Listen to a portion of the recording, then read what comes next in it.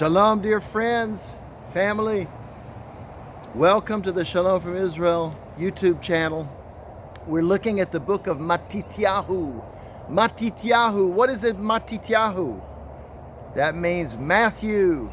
Or as my old Sunday school teacher used to say when I was about 10 years old, he'd say, turn to the book of Matthew. Let's turn to Matthew.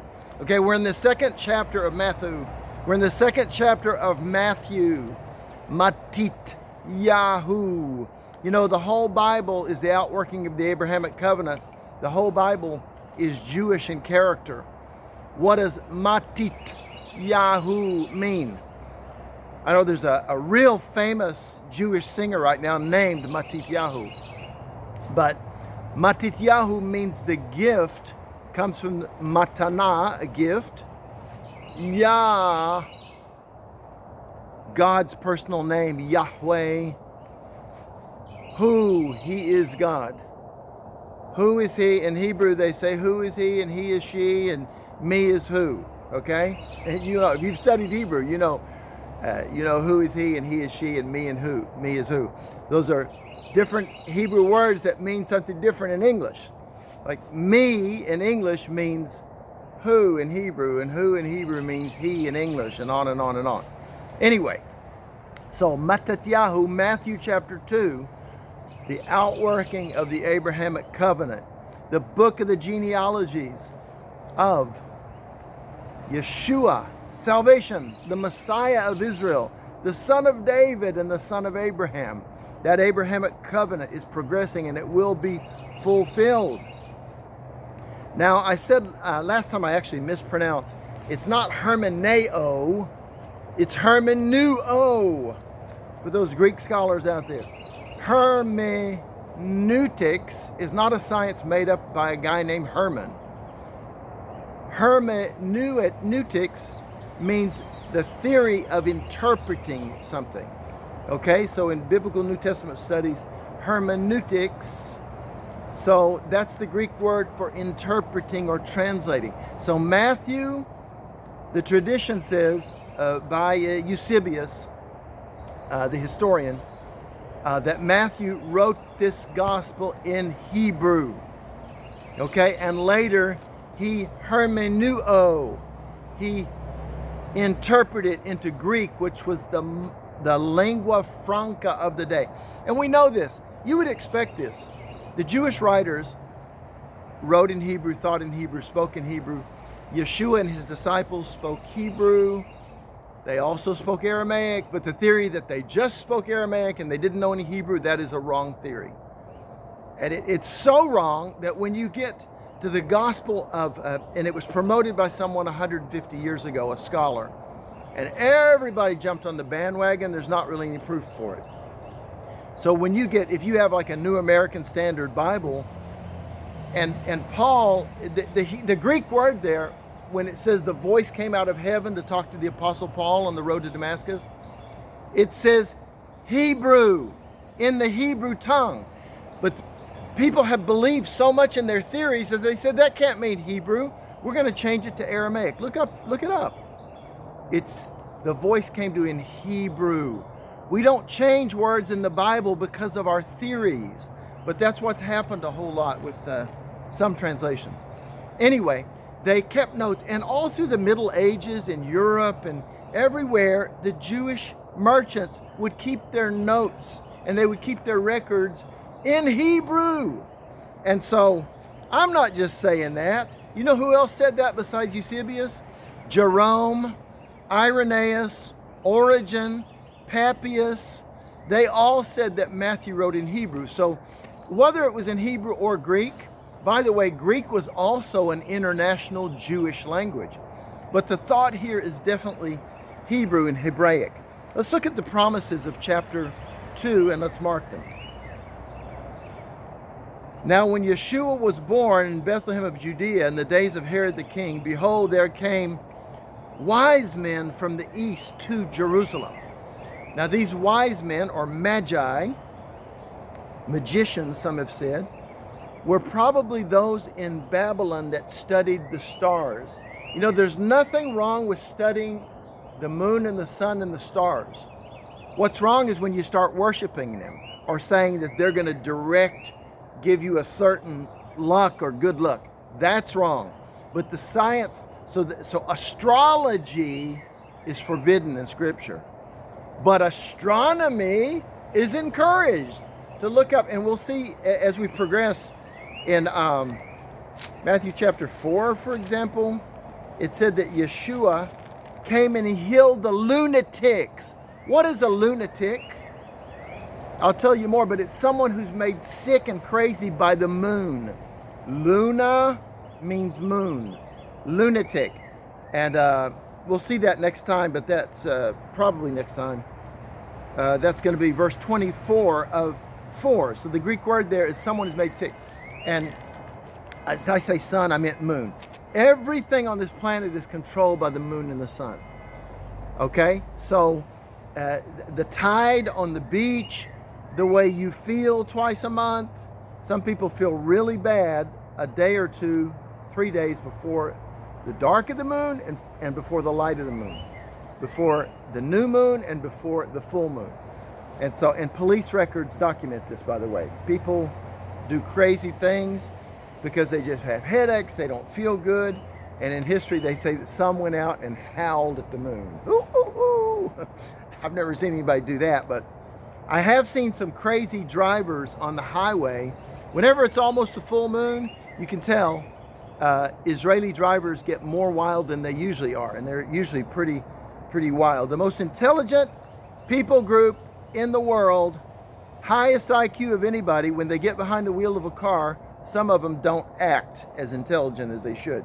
So there's lots of carnage on the road in Israel. Lots of accidents and needless death. Anyway, I digress. So yeah, it's okay to study the moon. It's okay to study the sun, astronomy. We're not into astrology. Now back then, there was a little bit of confusion and overlap between astronomy and astrology, and that was because of their religion. Okay, but Balaam, remember back in the book of Numbers, Balaam the false prophet, he said, I see him, in Numbers 24 verse 17, I see him but not now. I shall behold him but not nigh. There shall come a star out of Jacob,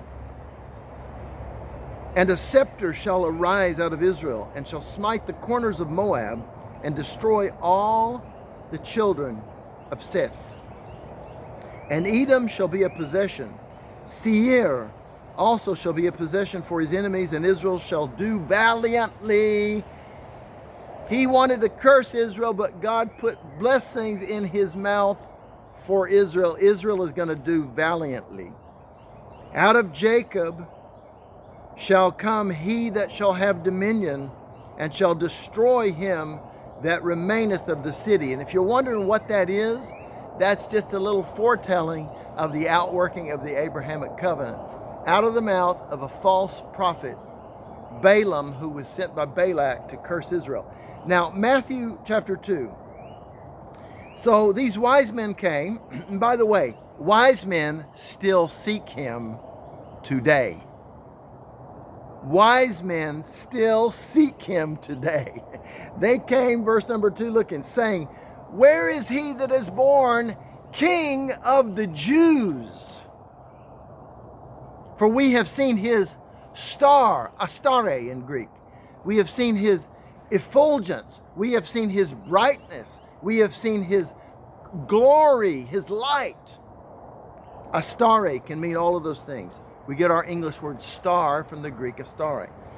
Now, by the way, I think last time I already said this maybe, but I said hermeneo, and it's not, it's hermeneuo.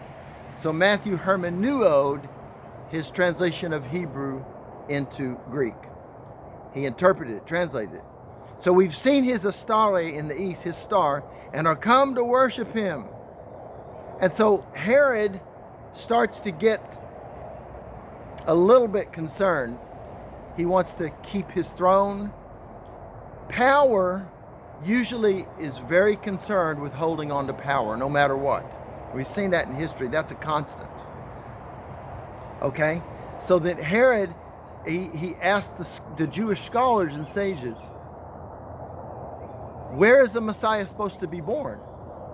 So everybody knew the Messiah was going to be born in Bethlehem. Verse 4, the end of that, where is he going to be born? And they said to him, in Bethlehem of Judea, thus is written by the prophet, and thou, Bethlehem, in the land of Judah, art not least among the princes of Judah, for out of thee shall come forth a governor that shall rule my people, Israel. By the way, every place that the Old Testament says that states a prophecy about Yeshua, about the Messiah coming, that we believers say that is about the Messiah, rabbis have in history also said those verses are about the Messiah. Okay?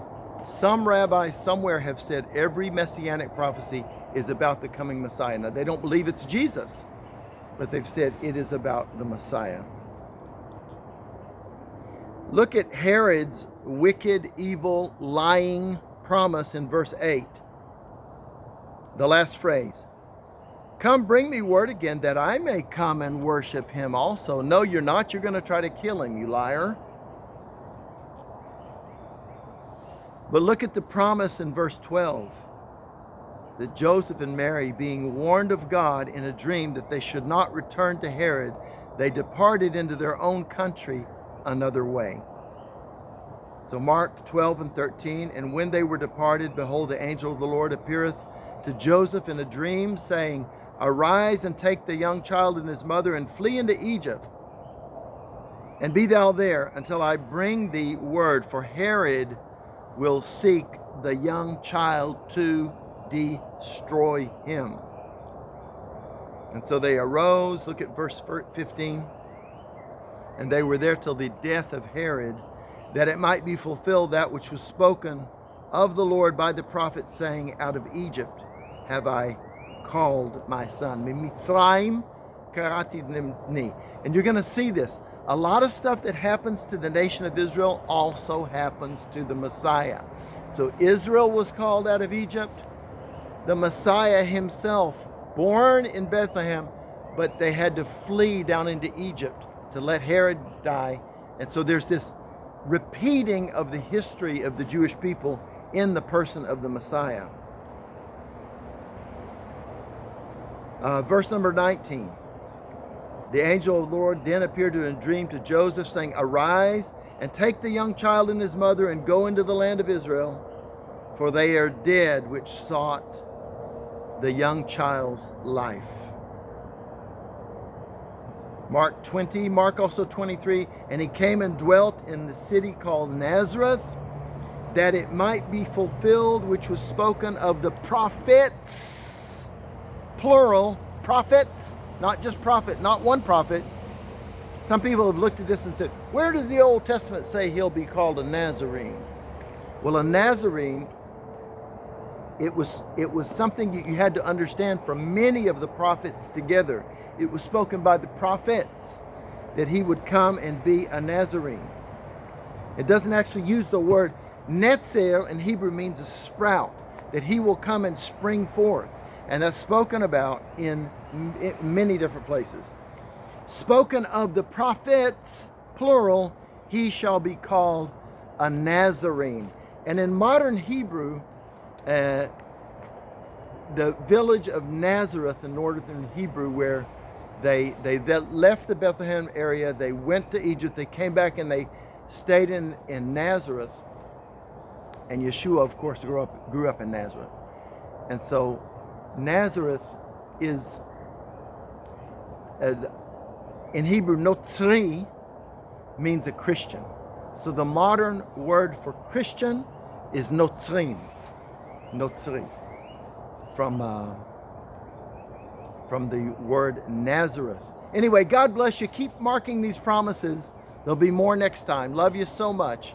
Shalom and She'elu Shalom Yerushalayim. Pray for the peace of Jerusalem. They shall prosper that love thee. Love you so much. Until next time.